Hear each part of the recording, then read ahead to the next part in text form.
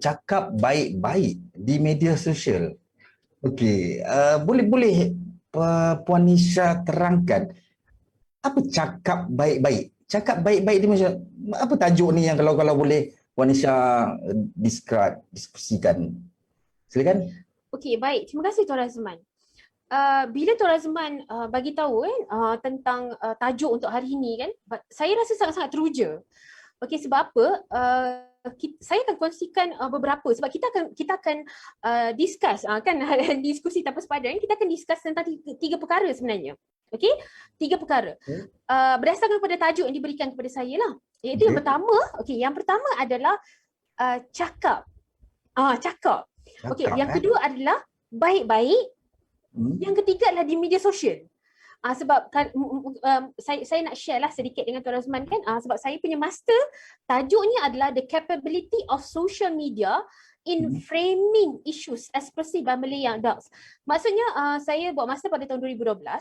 Saya buat tajuk ni untuk kajian saya, The Capability of Social Media in Framing Issues Expressive by Malay Young Adults. Maksudnya result yang saya dapat adalah yes, social media ni daripada tahun 2012 lagi dia ada capability. Dia ada capability untuk dia nak highlightkan certain issues. So maksudnya sekarang ini adalah media sosial ni dia memberikan impact yang sangat besar sebenarnya. Dan kalau kita lihat kan ada tiga faktor yang kita akan bincang pada malam ini, iaitu cakap. Cakap ni, tuan-tuan dan puan-puan, sahabat-sahabat saya yang di luar sana yang sedang menonton DTS pada malam ini. Okey, cakap ni, ini adalah salah satu daripada version ataupun salah satu daripada cabang komunikasi. Sebab komunikasi, bila kita cakap, bila kita sebut tentang komunikasi, dia ada dua.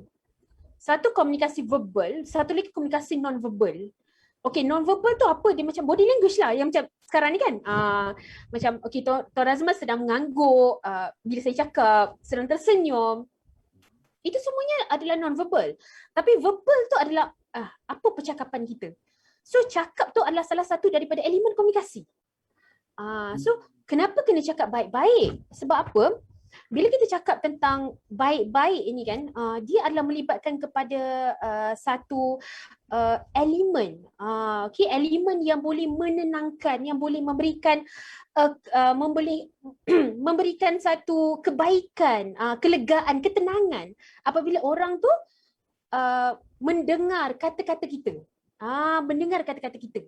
Okey, dan di media sosial ni dia sebenarnya adalah satu platform lah.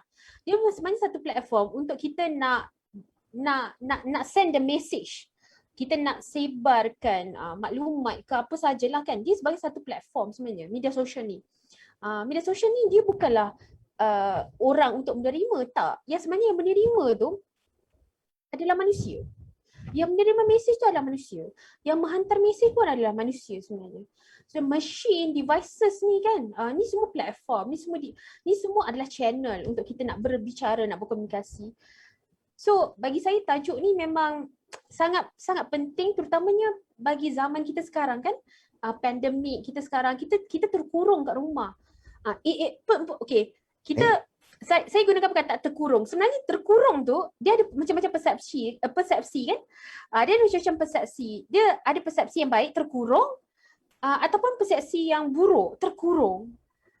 So baik-baik. Dia macam baik-baik nak pilih perkataan. Itu pun salah satu jugalah. Baik. Oh, baik-baik. Saya pun baik-baik.